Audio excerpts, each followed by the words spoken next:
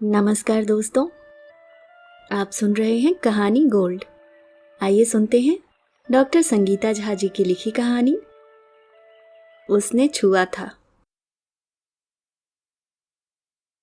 उसने कहा था, कहानी के लहना सिंह की तरह मेरे भी जीवन में एक मीठा पर दर्द भरा वाकया था जिसे आज तक दिल में दबाए बैठी हूँ। स्कूल में उसने कहा था, कहानी कई बार पढ़ी थी और बार बार पढ़ी थी तो नादान लेकिन बड़ी अमीर। उन दिनों मैं नहीं हम हुआ करती थी, कल्पनाओं में बड़ी बड़ी कोठियों की मालकिन। पानी में हमारे जहाज चलते थे और हवा में रॉकेट उड़ा करते थे। वो दूसरी बात है कि पानी वो बारिश ठहरा हुआ पानी था और जहाज रॉकेट कागज के थे। उस जहाज और रॉकेट को बनाने के लिए अपनी कॉपी का एक पन्ना फाड़ना पड़ता था और बहुत बार हमारी पिटाई भी हुई थी। घर के पास एक नाला था जो मेरे सुख दुख का साथी था और अक्सर एकांत में मैं अपने सपने उस नाले की मुंडेर पर बैठकर ही देखती थी। हर समय मेरे हाथ उस नाले की मिट्टी से सने रहते थे। इतना अपनी दुनिया और सपनों में खोई रहती थी कि कभी अपना ख्याल ही नहीं रहता था। कभी वहां सहेलियों को बुला उन्हें घास की रोटी, कीचड़ की दाल, कंकड़ के चावल परोसती। कुछ मेरे जैसी थी, वो भी मेरे साथ बैठ जाती और कुछ मेरी हालत देख अपने मुंह और नाक पर हाथ रख मेरी हंसी उड़ाती।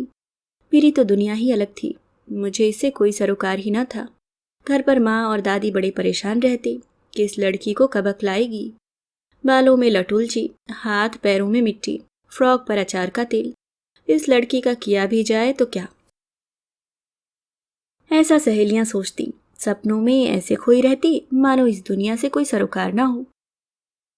कभी भौरों को पकड़ उनके पंखों को धागे से बांध एक साथ उड़ाती, तितलियों को पकड़ उनके रंगीन पंखों से खुद के हाथ पर फूल पत्ती के गोदने गढ़ती, तो कभी गाय भैंसों के पीछे दौड़कर उनका गोबर इकट्ठा कर उससे भी नाना प्रकार की चीजें बनाती। मेरी इस उजूल फुजूल हरकतों के बावजूद पापा निशर्त प्यार करते थे।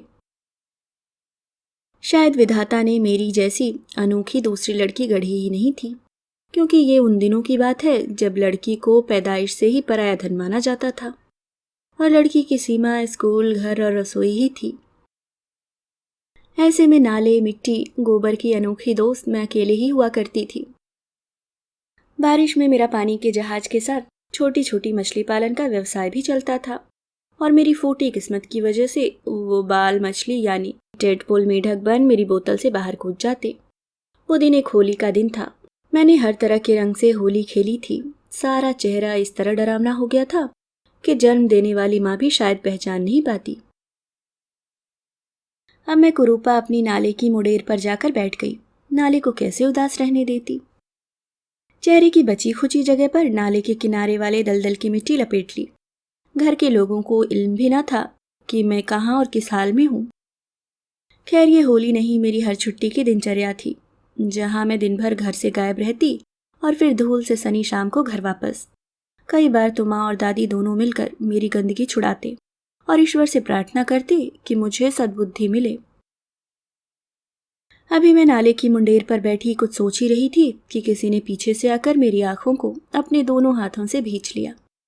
मैं तो जैसे कल्पनाओं में खो गई। मैंने विरोध ही नहीं किया। लगा जैसे मेरे सपनों का लहना सिंह आ गया है और अब पूछेगा, तेरी कुड़माई हो गई? तो मैं कहूँगी, नहीं, तेरा इंतजार है। पर ऐसा कुछ नहीं हुआ। वो मेरी आंखों को भींचे रहा थोड़ी देर। मैंने अपने हाथों से धीरे से उसके हाथों को छुड़ाया और पीछे मुड़कर देखा तो पाया ठीक मेरी तरह उसका भी चेहरा चितकबरा ना पलक झपकाए देख रही थी। पता नहीं उन आंखों में क्या जादू था कि मैं भी एकटक उसकी तरफ देखती रही।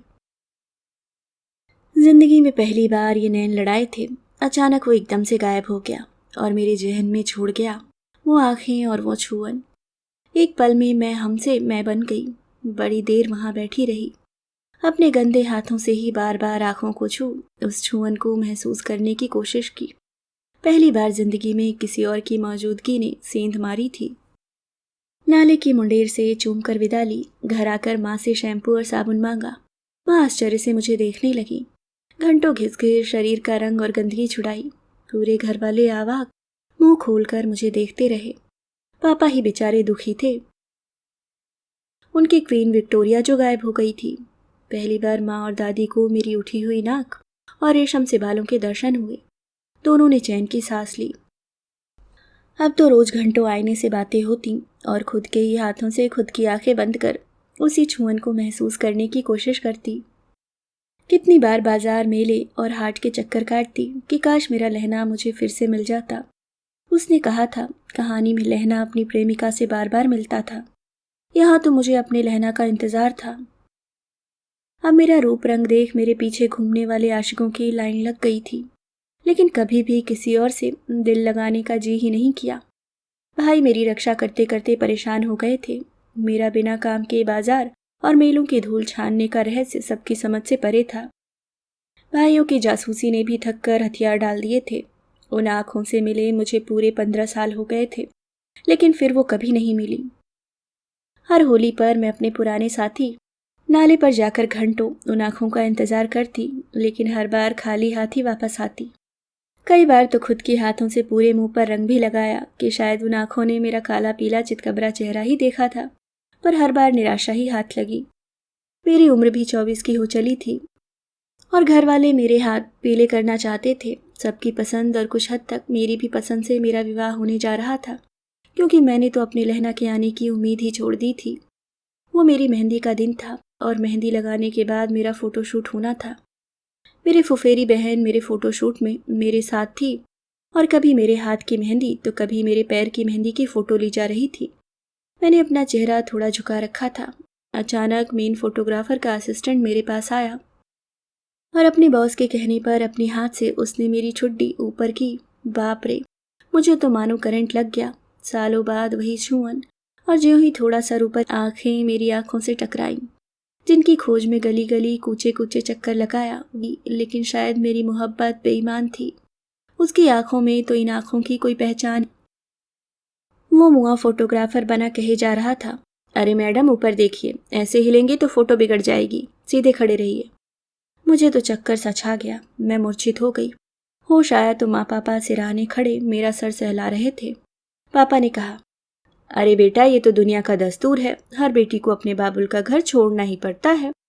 हिम्मत रखो मेरा राजा बेटा, तुम मेरे दिल का टुकड़ा हो। इस बात को बरसों बीत गए, लेकिन आज भी हर होली पर उन आँखों और छुअन की याद आँखों को नम कर देती है। और मैं सोचती हूँ काश मेरे लहना ने मुझे उस दिन पहचान लिया होता और पूछता, क्या तेरी कुड़माई हो रही है? तो क्या मैं जवाब देती?